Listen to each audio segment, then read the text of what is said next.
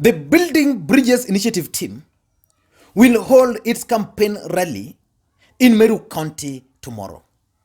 And a lot of fireworks is expected at that meeting because the stakes are just so high in the larger Mount Kenya region. And already, during today's meeting, two things were experienced. Number one, when Raila Odinga arrived, he was received by the governors. But from all indications, it seems the Nyeri governor, Mwalimu Kahiga, was blocked from accessing Raila Odinga and the venue where Raila and the governors held meetings, because he was accused of being pro-William Samoei Ruto. That's something which is coming out clearly, but I'm yet to confirm. And number two, when Raila Odinga entered the room where the meeting was taking place, there was a lot of commotion because people were not agreeing. There was a disagreement on whether Raila Odinga should be present at that meeting or whether he should get out because he's not part and parcel of the larger Mount Kenya region. And a lot of those fireworks are expected tomorrow. So today I want us to look at what we expect, what is likely to happen in Meru tomorrow. But before we do that, if you're bumping on this video for the first time, I want you to just take a second or two and hit the subscribe button so that next time we produce a video like this, you get notified. Now back to the main issue. We all know that this week, the Building Bridges Initiative team has been all about the larger Mount Kenya region. And on Monday, was it on Monday or Tuesday, Raila Odinga held meetings with governors from the larger Mount Kenya region, together with the business tycoons from the Mount Kenya region at his office in Capitol Hill. And after that meeting, the tycoons organized another meeting at the Safari Park Hotel. That meeting brought together everybody who is anti-William Samoei Ruto in that meeting. And while that meeting was happening, another parallel meeting by Team William Samoei Ruto was also happening at the Pan-Afric. Then after that, now they went to the ground. They went to the ground because it was split. They splitted the region into several parts and they held different meetings. On Wednesday, they were in Nyeri, Nyandarua, Kiambu, Laikipia, and Tharaka Nithi. And on Thursday, they were in Kirinyaga, Nairobi, Murang'a, and Kiambu. And today the delegates from all over Mount Kenya region converged in Kirinyaga. This is where they were actually deliberating on the issues to present tomorrow. And they have actually read the resolutions of that meeting. And I want to let you know about one thing which you guys must be very keen. The resolutions of the Mount Kenya region is likely to determine the kind of referendum which we are going to have as a country. But what do we expect tomorrow? Because all indications are that tomorrow it will be fireworks. What do we expect? I want to be very brief today. The first thing which you must expect is that there's going to be Ruto-Raila politics is likely to play center stage. There's rumors that the Deputy President William Samoei Ruto is likely to make an appearance at that meeting for the first time. What will happen if he makes an appearance? Because we all know that Kiraitu Murungi was very clear that if BBI is about making noise, please don't come.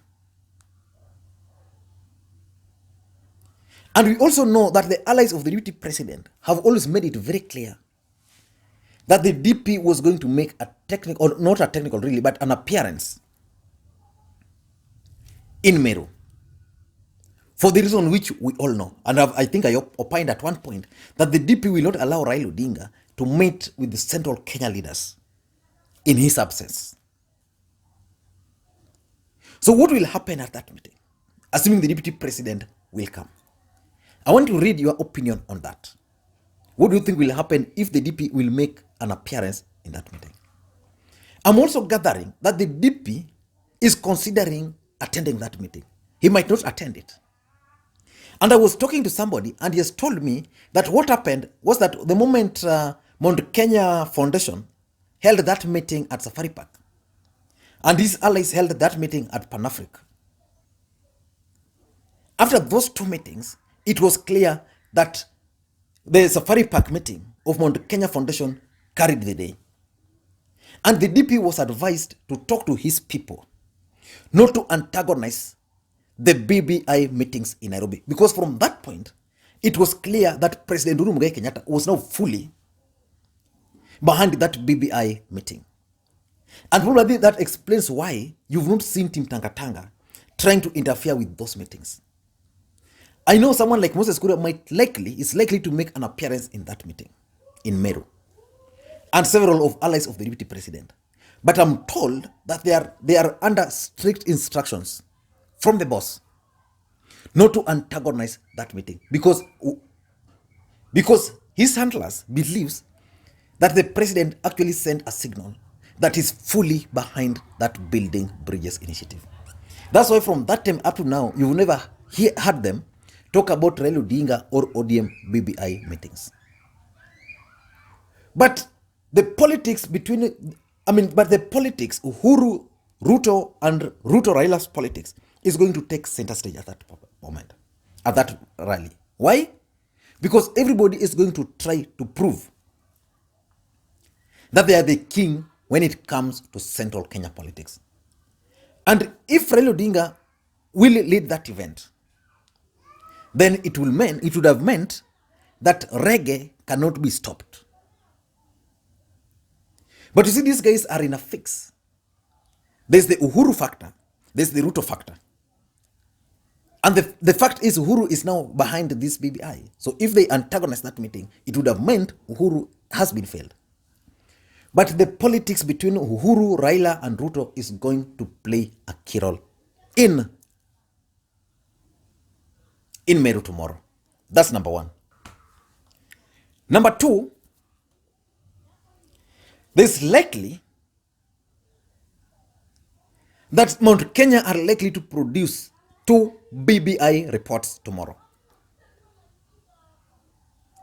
The allies of the DP, Tanga Tanga, are likely to present a report. Probably they're working on a report somewhere. And Team Kileweke are also working on a report, which they are going to present officially. But what will happen if they present 2 reports?